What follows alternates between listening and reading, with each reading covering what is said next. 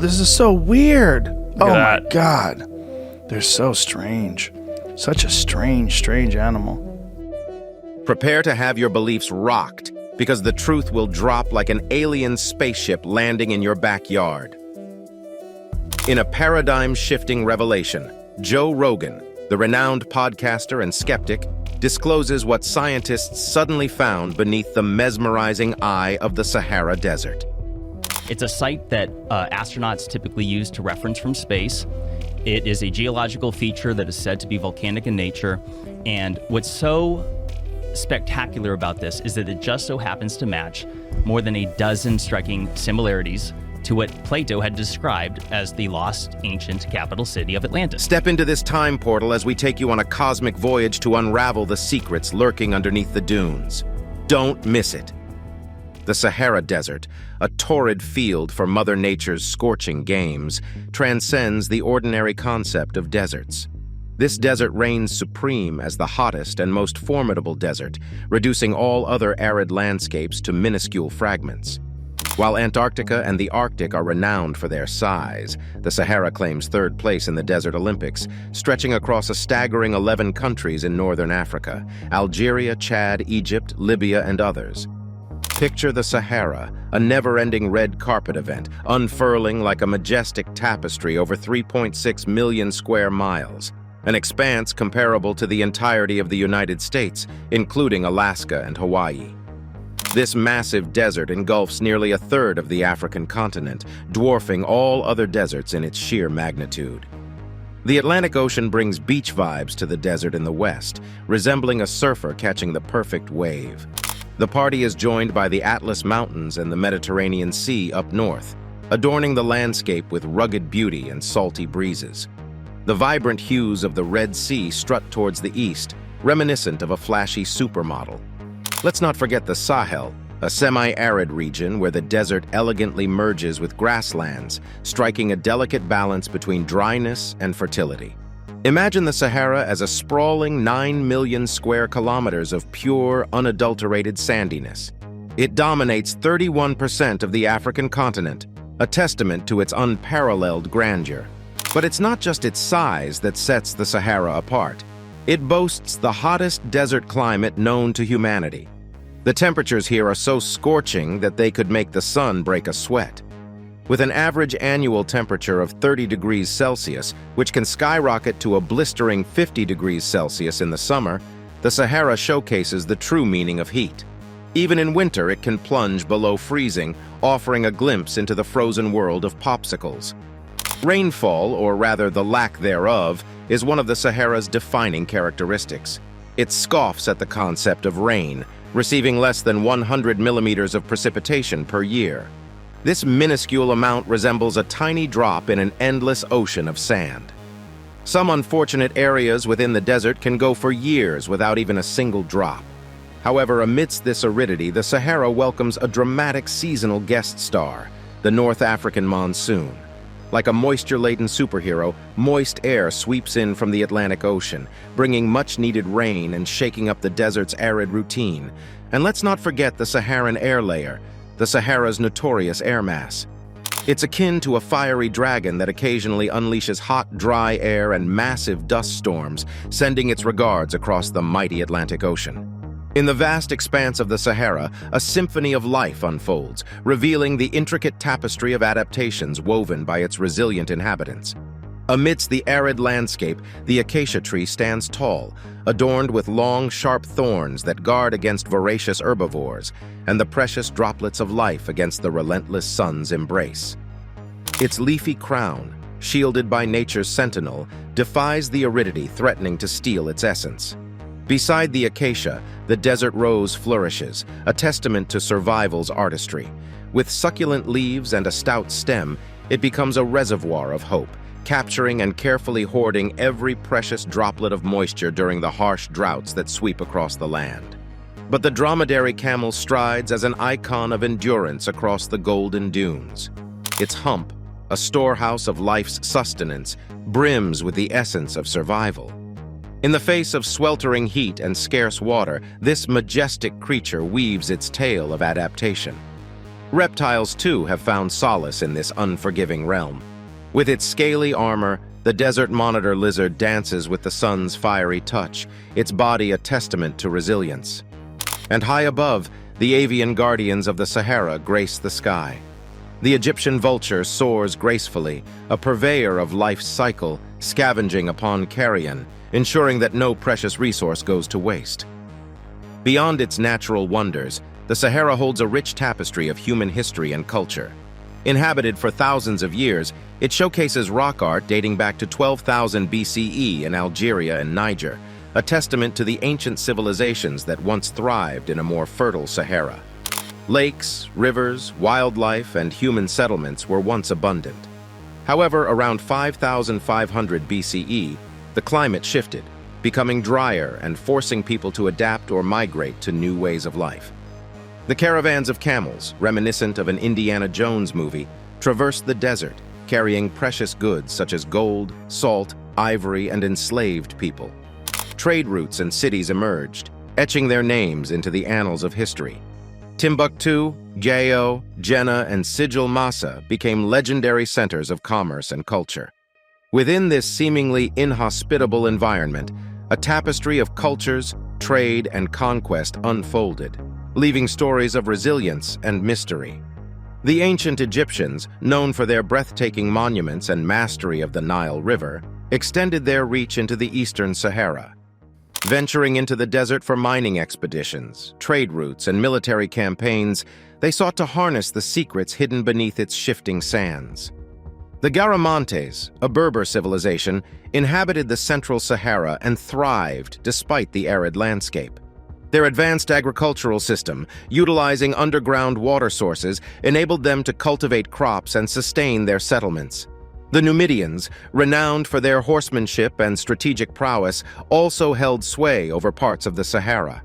As allies and adversaries of the great powers of the ancient world, their role in the Punic Wars and their interactions with the Roman Empire are shrouded in intrigue. Yet in the heart of this vast Sahara Desert lies a geological wonder that holds the echoes of a forgotten past, the Eye of the Sahara, also known as the Richat structure. Nature's gigantic bullseye spans 40 kilometers wide, a spectacle so grand that astronauts cruising above in their spaceships can spot it from outer space.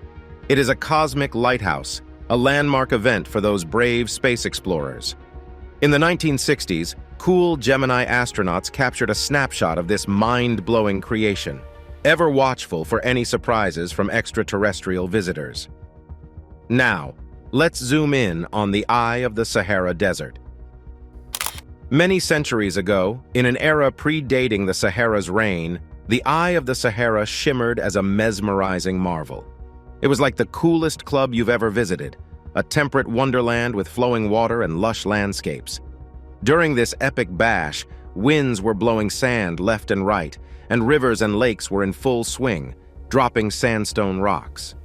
Meanwhile, deep beneath the Earth's surface, volcanic activity decided to join the party. It lifted the entire landscape like a boss and pushed up layers of sandstone and other rocks. However, like every grand spectacle, this volcanic extravaganza had to end eventually. Gradually, they delicately nibbled away at the layered rocks that formed the dome. And guess what? The region started to settle down and collapse in on itself, creating the remarkable circular eye feature. Hold on tight because we're about to take a trip through time and space, forward to the breakup of Pangaea, the supercontinent that knew how to rock the geologic dance floor. As Pangaea broke apart, the Atlantic Ocean waters decided to crash the party, flowing into the region like they owned the place. While Pangaea was separating, magma from the Earth's mantle also wanted in on this action. It pushed up, forming a circle-shaped rocky dome surrounded by those funky sandstone layers. Erosion kept doing its thing, wearing down the igneous rocks and sandstones. The dome subsided, leaving behind circular ridges that give the Richat structure its awesome sunken circular shape, looking like a natural amphitheater. And what exactly is this Richat structure made of? Well, imagine a light elliptical dome that's been eroded to perfection over millions of years. Inside this magical dome, you'll find sedimentary rocks that date back to the late Proterozoic era, just casually hanging out. They go from the dome's center to the Ordovician sandstone in the middle. The way those tough quartzite layers have weathered over time has created these rad circular slopes. And right in the heart of this mysterious creation, there's a siliceous breccia covering an area that's at least 30 kilometers in diameter. Deep inside the eye of the Sahara, you'll find a motley crew of rocks. We can find all sorts of cool stuff here, from rhyolitic volcanic rocks to gabbros, carbonatites, and kimberlites. The rhyolitic rocks are the rock-star lava flows alongside their hydrothermally altered volcanic buddies. They belong to two eruptive centers, like the remnants of ancient Mars. It's a simple scenario: erupting volcanoes causing chaos and then chilling out for millions of years. The gabbroic rocks decided to form two ring dikes. The inner ring dike is about 20 meters wide, located a cozy 3 kilometers from the center of the Richat structure. The outer ring dike stretches about 50 meters wide, getting comfy 7 to 8 kilometers from the center. We've got a bunch of carbonate dikes and sills, which are around 300 meters long, but not about width. Nope, they prefer to be 1 to 4 meters wide. It's all about the massive carbonates devoid of vesicles. They've been chilling here for millions of years, dating back between 94 and 104 million years ago. Also, hidden in the northern part of the Richat structure, we stumbled upon a surprise. A kimberlitic plug and a few sills decided to crash the party. This kimberlite plug, with an impressive age of approximately 99 million years, adds a touch of glamour to the scene. So what does all this rock extravaganza mean?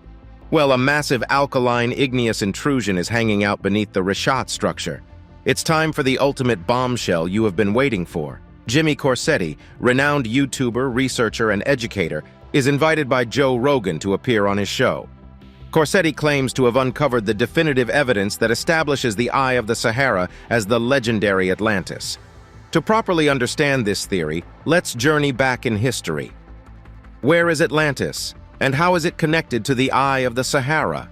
According to tales and legends, Atlantis was described as a magnificent island near the Rock of Gibraltar. It was said to have a huge statue of Poseidon, elaborate walls and canals. The ancient Greek philosopher Plato claimed this submerged city should have been in the Atlantic Ocean.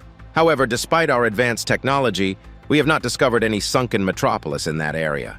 Some people have suggested alternative locations for Atlantis, such as the Mediterranean off the coast of Spain or even under Antarctica. The Azores were also once believed to be a possible location. However, new research has led scientists to place their bets on Cadiz, a location between Spain and Morocco. Plato described Atlantis as a vast underwater kingdom larger than Libya and Asia combined. However, there are discrepancies among later accounts regarding its size. Some claimed it was as big as Crete. In contrast, others simply referred to it as a giant city, without providing specific measurements. Edgar Cayce, an American mystic, believed that Atlantis and Eurasia were similar in size. The legend attributes the creation of Atlantis to Poseidon, the god of the sea and earthquakes. Poseidon supposedly built the city as a gift for his mortal love interest, Clayton. Atlantis was said to have concentric rings of land and water connected by tunnels. The city was fortified with gates, towers, and a massive wall made of red, white, and black rock adorned with precious metals. Atlantis was described as an advanced and eco-friendly society. The inhabitants were skilled in agriculture, architecture, and working with rare metals and alloys. Some tales even suggest that the ancient Atlanteans possessed superpowers and had extraterrestrial origins. However, Atlantis met its downfall due to divine punishment. Catastrophic natural disasters, including tsunamis, earthquakes, and floods, destroyed the city. The existence of Atlantis remains a subject of debate and speculation. Some skeptics view it as a fictional representation, while others believe there may be some truth behind the myth. Comparisons have been drawn between Plato's account and real-world events, such as the volcanic eruption on the island of Santorini. However, it is also suggested that Plato used the story of Atlantis as a vehicle to convey his philosophical ideas. Surprisingly, there were a few mentions of similar cities before Plato. One of the earliest mentions of a lost civilization resembling Atlantis can be found in the ancient Egyptian legend of the Lost Land of the West, or the Island of the Blessed. According to this myth, this land, located beyond the western horizon, was a paradise of abundant resources and eternal bliss. It was said to be a place where the souls of the departed heroes resided after death. The similarities between this legend and Plato's Atlantis have led some scholars to speculate about a possible connection or shared origin. Moving forward, we encounter the works of the ancient historian and geographer Diodorus Siculus. In his writings, Diodorus recounts the story of a mighty civilization known as the Atlanteans, who lived on an island in the Atlantic Ocean. According to Diodorus, the Atlanteans were an advanced society with impressive infrastructure and skilled in agriculture, navigation, and warfare. However, their hubris and aggression ultimately led to their destruction, as the gods punished them by sinking their island beneath the sea. Hesiod, another ancient Greek poet, mentions a legendary island called Erytheia in his works. This island was said to be located beyond the Pillars of Hercules. It was associated with great wealth and the presence of a fearsome giant named Geryon.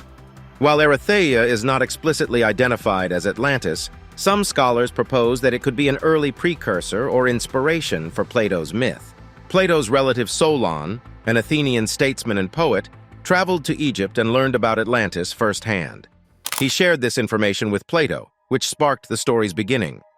Plato described Atlantis as a remarkable place with alternating zones of water and land, resembling the structure of an eye.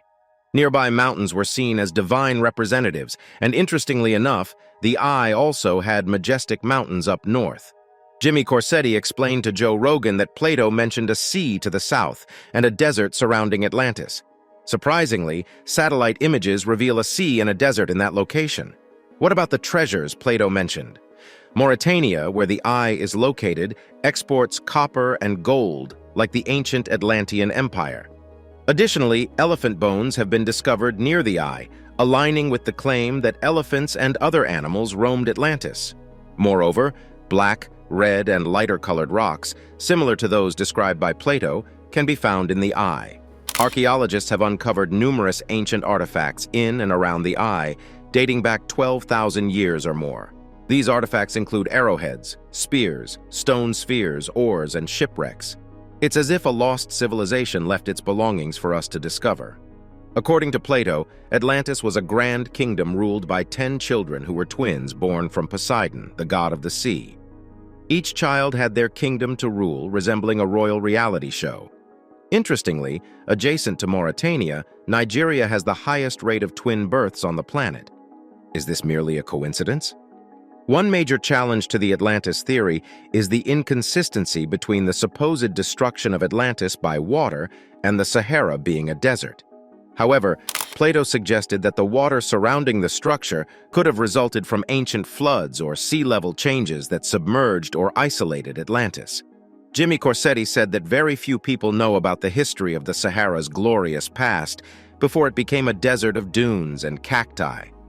Once upon a time, the Sahara was a lush green wonderland with lakes, rivers, grasslands, forests filled with olive and date palms, and massive freshwater lakes. This transformation occurred during the African humid periods when the Earth's orbital axis tilted just right, increasing solar radiation and bringing abundant rainfall to northern Africa. However, the Sahara suddenly transitioned to a dry and desolate landscape around 8 to 4,500 years ago. Apart from the ancient inhabitants of the Sahara, there have been several instances where ancient civilizations faced catastrophic events that drastically altered their trajectories. One such example is the Minoan civilization, which thrived on the island of Crete from around 2700 to 1450 BCE. Renowned for its advanced culture, vibrant cities, and extensive trade networks, the Minoans encountered a catastrophic event that left a lasting impact. Around 1600 BCE, a colossal volcanic eruption occurred on the nearby island of Thera, known today as Santorini. The eruption unleashed an unimaginable force, spilling vast amounts of ash, pumice, and volcanic gases into the atmosphere. Towering ash plumes reached astonishing heights, while pyroclastic flows and tsunamis wreaked havoc on the surrounding regions. The Minoan civilization, with its capital city of Knossos, bore the brunt of this cataclysm. The volcanic ash and pumice rained down upon the island of Crete, burying cities, farms, and infrastructure under several meters of debris. This sudden and devastating ash fall had severe consequences. Agricultural lands were decimated, leading to crop failures and widespread food shortages. Additionally, the tsunamis generated by the eruption inundated coastal areas, causing further destruction and loss of life. The immediate impact on the Minoans was profound. Once thriving cities lay buried, and the population faced the daunting task of rebuilding their lives in the aftermath. There are a few theories regarding the Sahara's transformation. One suggests that humans and their animals overgrazed the grasses, resulting in dried-up vegetation and decreased cloud cover. Another theory involves changes in wind patterns and monsoon circulation, causing the Sahara to get caught in the middle. Regardless, before becoming a desert, the Sahara was home to captivating creatures and even dinosaurs that lived near a colossal river system during the Cretaceous period. Scientists have discovered that Earth's axial rotation experienced periodic changes due to gravitational interactions with the Moon and other planets. This caused a wobble in the Earth's axis every 23,000 years. As a result, the northern hemisphere got closer to the sun during summers, creating what scientists call a northern hemisphere summer insolation maximum. This is where the Sahara Desert was before it turned into a desert. The Green Sahara lasted for only 200 years before the landscape transformed abruptly. Interestingly, paleoclimate research suggests that these Green Sahara events occurred millions of years ago, from 23 million to 5 million years ago. Furthermore, the Sahara was once a lost tropical paradise with an epic river network and a massive freshwater lake known as Mega Lake Chad, covering an area of 139,000 square miles. Although at the end of the conversation, Joe Rogan said, "There's so much that points the eye of the Sahara Desert to that possibly being Atlantis, we must remain skeptical. There is no concrete evidence that Atlantis lies beneath the eye of the Sahara. While the Eye of the Sahara is an ancient formation, it does not match the description of Atlantis as an island surrounded by water." Thanks for watching. Check out the video you see on your screen right now. It's unbelievable.